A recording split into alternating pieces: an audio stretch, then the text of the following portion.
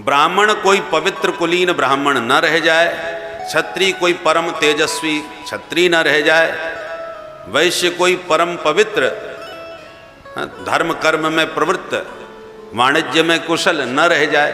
अरे रक्त में ये प्रकृति विद्यमान रहती है, स्वभाव गुण।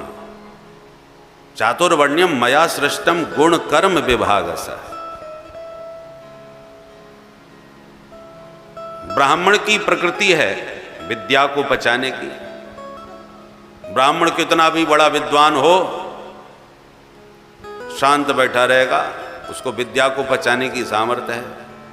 सुशिक्षित शास्त्रज्ञ होकर के भी सब सुनेगा, शांति से बैठेगा, ज़्यादा नहीं बोलेगा। पूछोगे, जिज्ञासा करोगे तो बोले, समझाएगा, फिर बताएगा।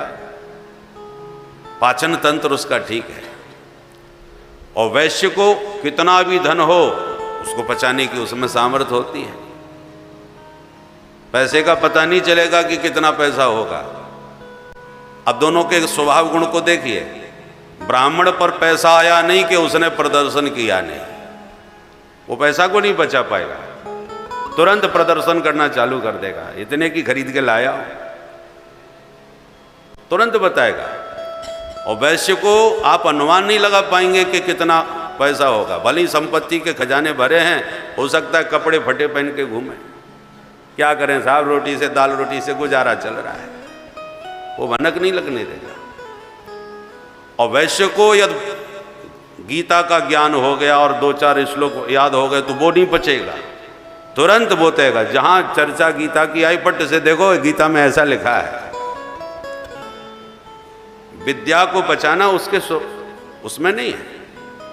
तो गुण कर्म जन्मजात प्रकृति द्वारा प्रदत्त है, ये उसी के अनुसार ये वर्ण व्यवस्था बनाई गई है।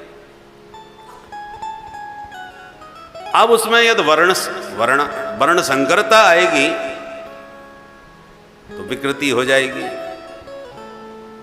इसलिए स्वधर्म का पालन करते हुए, शास्त्र विहित आचरण करते हुए यदि आप चलेंगे तो इस लोक में भी सुखी रहेंगे, परलोक भी सुरक्षित रहेगा।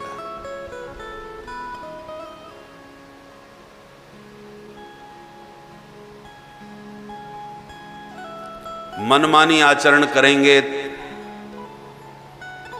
तो आप अपने पतन के कारण स्वयं बनेंगे।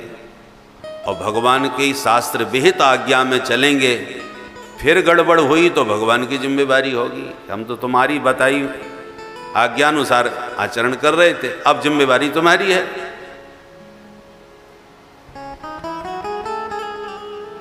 बोलो राधे राधे। राधे घर का बड़ा मालिक जो है, उसने किसी काम के लिए तुम्हें भेजा अपनी आज्ञा से, और उसमें लाभ हुआ हानि हुई तो वो जिम्मेदारी उसकी होगी, मालिक की। मैं तो आपकी आज्ञा से गया था, अपने मन से थोड़ी गया था। और आप अपनी मनमर्जी से जाते, फिर गड़बड़ हो गया तो पूरा घर आप पर हावी हो जाएगा। हमने मना किया था, पर तुम अपनी मनमानी किए बिना मानते कहाँ हो। इसलिए पारलौकिक पद को सुरक्षित करना है तो परम प्रभु की आज्ञा में ही चल के उस परलोक को सुधार सकते हो। भगवान की आज्ञा क्या है, तो ये वो शास्त्रों में सन्निहित है। शास्त्रों में भगवान ने यत्र तत्र जो आज्ञाएं दी हैं,